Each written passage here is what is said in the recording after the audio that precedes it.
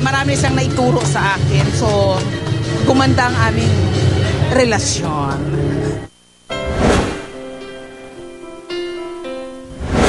Kakaibang ginhawa raw ang hatid ng pagsasayaw sa komedyanteng si Vanjie Labalan.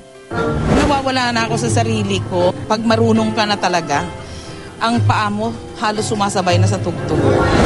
Kasabay rin ito ay ang balitang nauugnay si Vanjie sa kanyang dance instructor na ngayon ay kasosyo niya sa isang negosyo. Siya pa rin, oo, siya lang eh. Siya lang talaga. Siya lang talaga. Talaga siya lang. Siya lang, mahusay. Hindi naman sa wala na kami, lumapot pa nga ang relasyon namin dahil nagkaroon kami ng negosyo.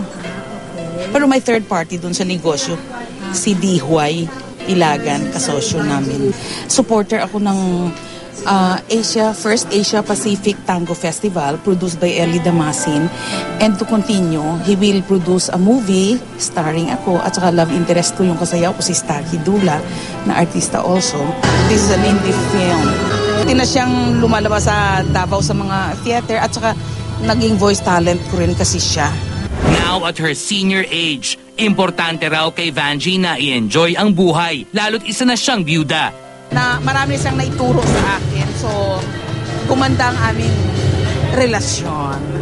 Ngayon namang tumanda na ako, umangat naman ako kahit papano, yung mga naitago ko, kinagastos ko na sa pagsasayaw para lumigaya ko. Kasi ang mga anak ko nasa Sydney na. Ano naman ang reaksyon ng kanyang mga anak? Masaya sila. Oo. Pag kinakapos ako ng pambayad sa ballroom, nagpapadala sila sa akin.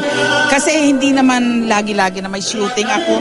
Kaya nagmamakaawa ako sa inyo. Bigyan niyo po ako ng trabaho pa para may pambayad ako sa dito sa ballroom kasi maligaya talaga ako dito. So seryoso na ba si Vanjie sa lalaking nagbibigay sa kanya ng inspirasyon ngayon? Yung mga papapapahan, hanggang sa papapapahan lang, they're very good people. Nakakatulong din maibsan ang kalungkutan ng isang byuda. If you find the right people, the right dance partners, may ligaya talaga. They might laugh at me, you might laugh at me, but I can declare that tango is better than